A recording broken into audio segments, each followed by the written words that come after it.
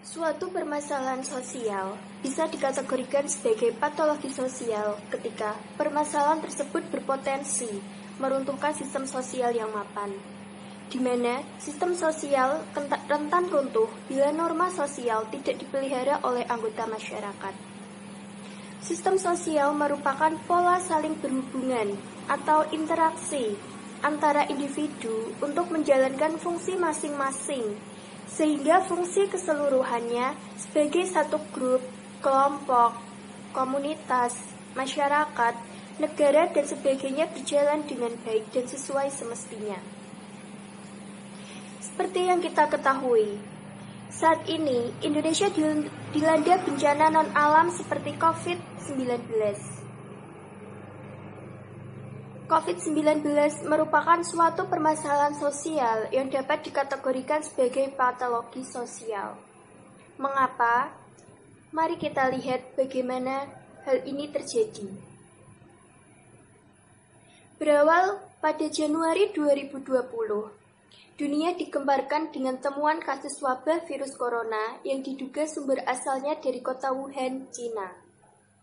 Tak hanya kehidupan sosial ekonomi dari negara Cina yang berimbas atas wabah virus tersebut, negara di seluruh dunia pun ikut terkena imbasnya, termasuk di negara kita, Indonesia. Melansir data dari Worldometer hingga Senin 18 Mei 2020 pagi, jumlah total infeksi virus corona di dunia adalah 4.798.134 kasus. Dari jumlah tersebut, telah terjadi 316.507 kematian. Sementara itu, 1.855.076 pasien telah dinyatakan sembuh. Adapun jumlah kasus aktif hingga kini sebanyak 2.626.551 kasus dengan 2.581.733 pasien gejala ringan dan 44.818 pasien gejala serius. Jumlah kasus terbanyak masih dicatatkan oleh Amerika Serikat, Rusia, Spanyol, Inggris, dan Brazil. Amerika Serikat mencatat kasus sebanyak 1.527.664 kasus, 90.978 meninggal, dan 346.389 sembuh. Sedangkan di Rusia, tercatat sebanyak 290.678 kasus, 2.722 meninggal, dan 70.209 sembuh. Di Spanyol tercatat 277.719 kasus, 27.650 meninggal, dan 195.945 sembuh. Di Inggris tercatat sebanyak 243.695 kasus, dan 34.636 meninggal.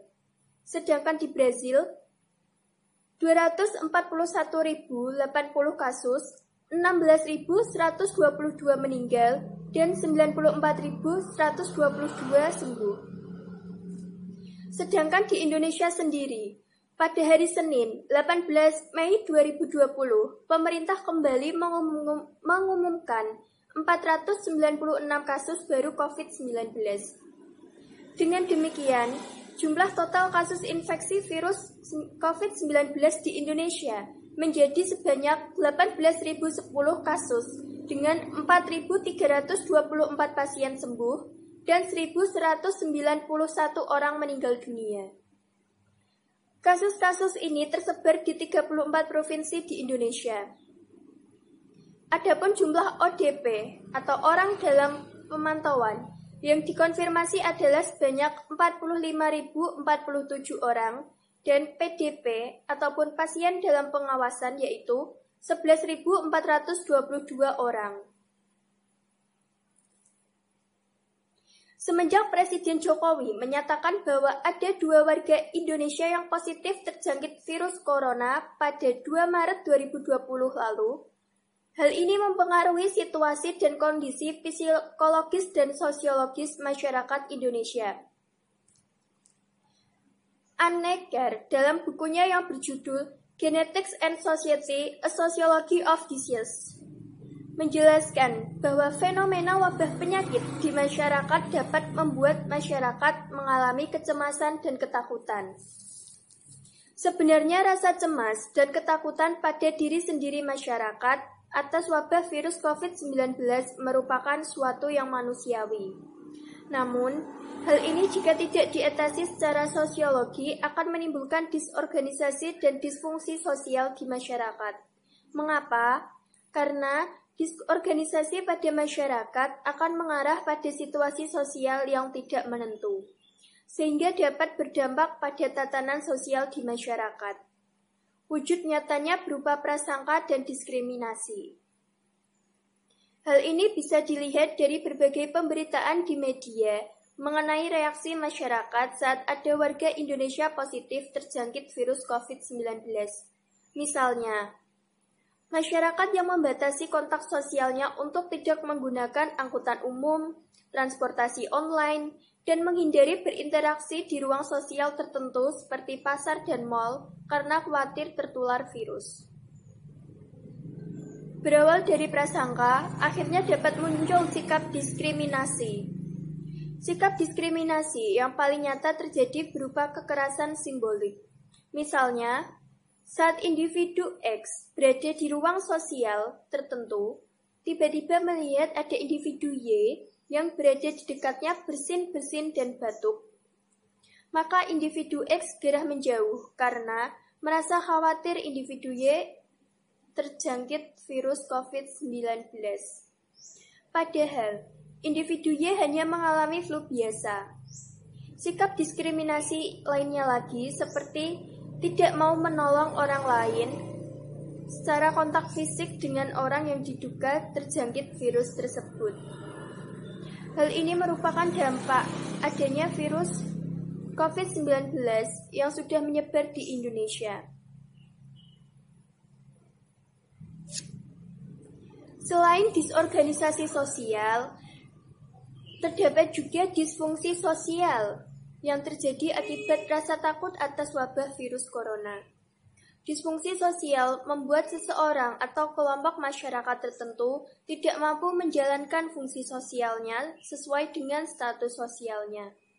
Misalnya, individu sebagai makhluk sosial mulai membatasi kontak sosialnya dengan tidak mau menolong orang yang belum tentu positif terjangkit virus COVID-19. Jadi, banyak orang tidak ingin berinteraksi dengan orang lain karena khawatir akan tertular oleh virus tersebut. Disfungsi sosial membuat individu justru mengalami gangguan pada kesehatannya. Dalam perspektif sosiologis kesehatan, kondisi sehat jika secara fisik, mental, spiritual, maupun sosial dapat membuat individu menjalankan fungsi sosialnya. Jika kondisi saat ini terganggu, dalam kasus terganggu sosialnya, tentu individu ini dinyatakan sakit. Meskipun kondisi jasmaninya sehat, akan tetapi kondisi sosialnya tidak begitu sehat. Hal ini tetap dinyatakan sakit.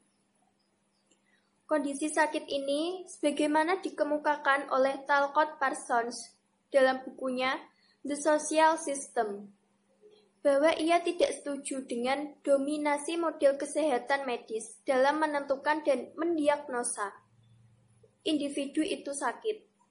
Bagi Parsons, sakit bukan hanya kondisi biologis semata, tetapi juga peran sosial yang tidak berfungsi dengan baik. Parsons melihat sakit sebagai karena orang yang sakit tidak dapat memenuhi peran sosialnya secara nasional, secara normal, dan karenanya menyimpang dari norma merupakan suatu yang konsensual. Lalu apa wujud kondisi sakit secara sosial ini? Yaitu disorganisasi dan disfungsi sosial. karena kedua hal tersebut tidak terjalan sebagaimana mestinya.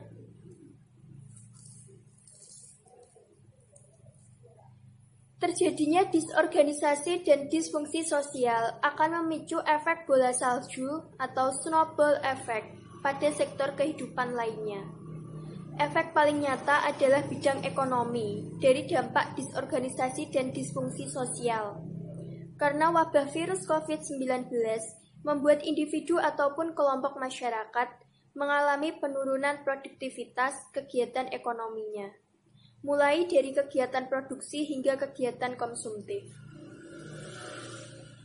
Pertumbuhan produktivitas kegiatan ekonomi warga negara akan berdampak pada tingkat pertumbuhan ekonomi suatu negara. Di Indonesia sendiri, sudah diramalkan oleh para ekonom akan mengalami gangguan pada pertumbuhan ekonominya karena wabah virus COVID-19. Selain mengalami gangguan pada pertumbuhan sektor ekonomi, wabah virus COVID-19 juga mempunyai dampak menciptakan kematian, penyakit, kekurangnyamanan, kekurangpuasan, dan kemiskinan. Dengan dampak yang ditimbulkan oleh wabah virus COVID-19 ini, maka perlu upaya untuk menanggulanginya yang tidak hanya dilakukan dengan intervensi di bidang kesehatan saja, tetapi harus dilakukan secara terpadu, yaitu lintas sektoral, seperti melakukan intervensi sosial. Intervensi sosial dilakukan sebagai upaya mengantisipasi kondisi masyarakat yang disorganisasi dan disfungsi sosial. Dengan intervensi sosial, diharapkan dapat memperbaiki fungsi sosial atau mencegah individu atau kelompok masyarakat tertentu yang mengalami disfungsi akibat fenomena wabah virus COVID-19 ini. Intervensi sosial yang dapat dilakukan oleh negara antara lain, memberikan pelayanan sosial, pelayanan fisik, pelayanan psikososial, pelayanan keterampilan, dalam mencegah agar tidak terjangkit virus COVID-19 atau keterampilan hidup sehat, pelayanan spiritual, pelayanan pendampingan, dan pelayanan advokasi. Langkah nyata pemerintah dalam menanggulangi bencana wabah virus COVID-19 ini dengan melakukan social distancing kepada masyarakat, di mana kebijakan ini diharapkan akan meminimalisir penyebaran virus tersebut. Kebijakan lain yang diambil pemerintah yaitu dengan melakukan tes massal atau rapid test untuk mencegah penyebaran virus COVID-19 di Indonesia. Kebijakan lain yang ditetapkan pemerintah dalam menangani COVID-19 yaitu dengan penerapan pembatasan sosial berskala besar atau PSBB. Selain itu, pemerintah juga menerapkan kebijakan pelarangan mudik. Karena menjelang Hari Raya Idul Fitri, mudik merupakan suatu hal yang tidak dapat ditinggalkan dan pasti dilakukan oleh setiap orang di ibu kota provinsi maupun di kota-kota besar. Saat ini sudah ada beberapa wilayah yang menerapkan PSBB. Misalnya di wilayah DKI Jakarta dan Jawa Barat yang meliputi Kabupaten Bogor, Kota Bogor, Kabupaten Bekasi, Kota Bekasi, dan Kota Depok. Wujud dari adanya PSBB ini merupakan mulai dari sekolah, bekerja dari rumah, beribadah yang dilakukan di rumah, serta melarang masyarakat yang melakukan kerumunan.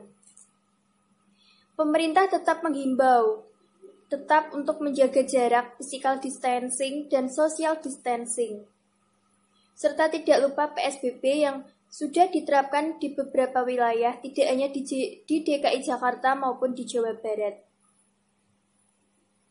Sedangkan untuk karantina wilayah, hal ini tidak dilakukan oleh pemerintah karena berkaitan dengan kesehatan masyarakat. Pemerintah tetap menghimbau dengan adanya PSBB ini dapat mencegah penularan wabah virus COVID-19 seluruh masyarakat di Indonesia.